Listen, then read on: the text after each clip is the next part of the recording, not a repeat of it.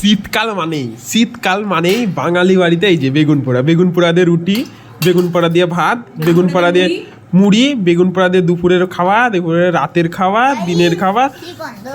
এই দেখো বেগুন পোড়া খাই না, আরে লাট সাহেব রে, আমারও ভালো লাগে না তাও। আজকে আবার কোথায় রাতটা হয়েছে, বেগুন পোড়া করতে বলবি।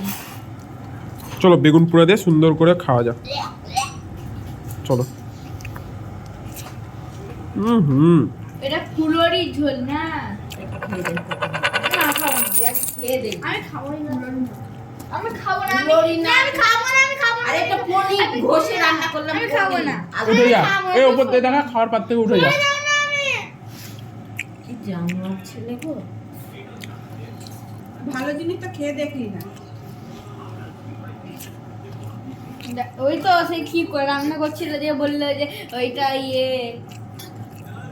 আমি বুঝতে পেরেছি উল্টা পাল্টা কিছু খাবো না, আমাকে ওই জন্য আমি খাই না, দিয়ে খাওয়ানোর জন্য চক্কর করেছি। এটা কি তরকারি? ছিম আলু দিয়ে নাকি? হয়তো এরকম তরকাও খেতিস না, বিরিয়ানিও খেতিস না, চক্কর করে খাইছিলাম যে।